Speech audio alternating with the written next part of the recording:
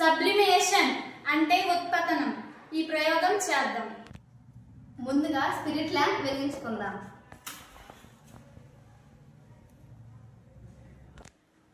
Tripod పై మెస్ని ముంచి దానిపైన పింగాణి bowl పెడదాం. ఇప్పుడు అమోనియం క్లోరైడ్ ని ఈ బౌల్లో వేద్దాం.